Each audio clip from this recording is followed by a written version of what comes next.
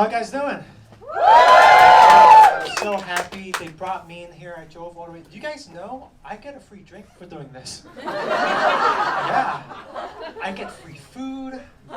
Later, when all of you leave, I get to sleep over here. Anyway, guys, I'm a transgender person, which you guys all know what that means, right?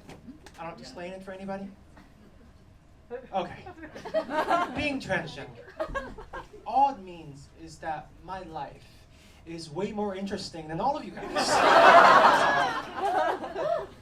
I was born in Vietnam. Whenever I say that, sometime an old man will say something back to me like, "I'm from Vietnam, fought a war there." What do you want me to say back?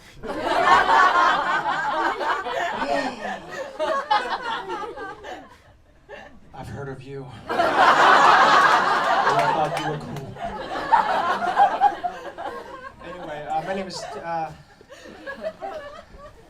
Now, I'm from Philadelphia, and Philly, we have the craziest restaurant names. This is a real place in Philly. Have you guys been to Oops, It's Yogurt? Oops, It's Yogurt. What were they originally trying to make? That they accidentally made yogurt?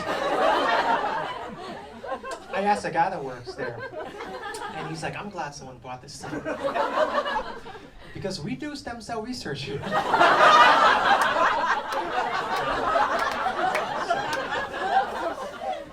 Now, I don't know if this is a transgender thing, or maybe just me, but whenever I'm in a sex store, a store that sells condoms, pornography, dildos, whenever I'm in one of those stores, everybody in the store assumes I work there.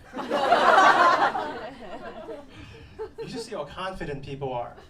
Coming up to me going, "Hey, excuse me, is this the smallest size cock ring you have?" I always pretend I work there. I do it because I'm nice. I can't tell them I don't work there. Can you imagine? "Hey, excuse me, do you have any video of old people peeing on little people?" "What? I don't work here." "Excuse me, I'm gonna go home and hang myself." Perfect, they sell ropes here. I swear if this nice bar, restaurant sells dildos, people, they're gonna come talk to me. They're gonna be like, "Hey, excuse me, how much does these hand-blown glass dildo cost?" And I'm gonna be like, "Can't you see I'm in the middle of a show right now? Look, I just wanna know how much these hand-blown glass dildo cost." I don't have to work in a sex store to tell you guys that a hand-blown glass dildo costs a lot of money. Human breath is trapped in glass to stretch your butthole. How do you put a price tag on a miracle?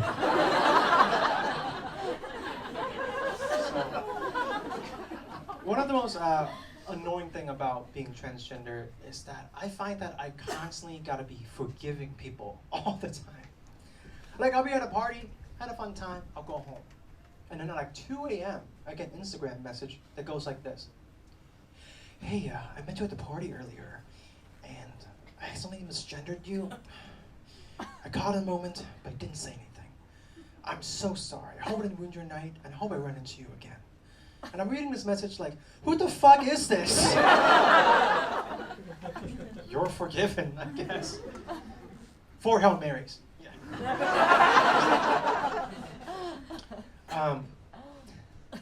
Because I'm transgender, people also assume that I'm smart. Let me explain. I'm constantly being asked to be on panels and debates. And it's like, I used to throw axe cans into the fire to watch them explode. Why would you listen to what I have to say? Oh, how I miss the old debates. They used to sound like this. "So what should we throw in the fire? Chocolate Fantasy or Phoenix Rising?" And I'll be like, How about both? He's a genius. Now my debate sounds like this. Welcome back to the Hard Talk Podcast. The podcast where we talk about all the hard-hitting topics. My name is Professor Cambridge, 4-time Pulitzer winner. Today we're going to talk about LGBT culture and how it's going to affect this coming election. Joining us today is comedian Tan Hoang. Tan, before we start, anything you'd like to say? Axe can mix fire, go big! Big fire! So, oh yeah, there's a photographer here. I'm so sorry. Are you still taking pictures of me? All right, yes you are. Okay. Now, I really want a good photo live. You know, a live performance captures the moment of the joke. So you guys ready? Okay. So I'm from Vietnam and it's established, and it's legal to eat dogs in Vietnam, which I don't know why anybody would do that. I'm totally against it because dog tastes just like cats.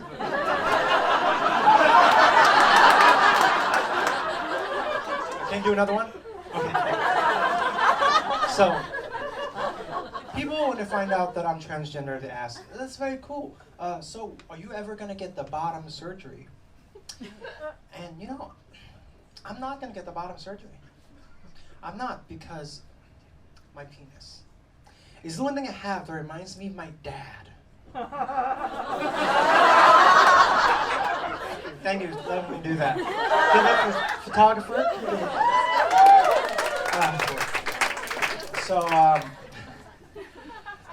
Boy. By the way, just to let you know that if any of us are struggling here in America, we can just move to Vietnam and teach English. No, I'm serious.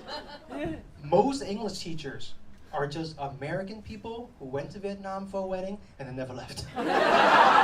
They're there right now teaching English. In the suit they wore to the wedding.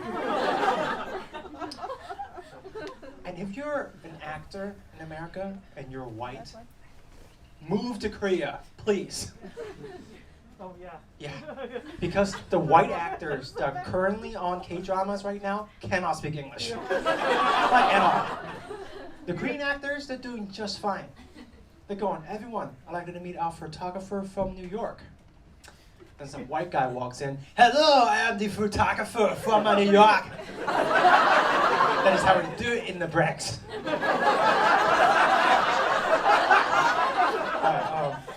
I'll end on this. You know, whenever someone doubt my transition, you know, this is what I say to those people. I love my small penis. Yeah, no man would ever say those words. I mean, do you see this?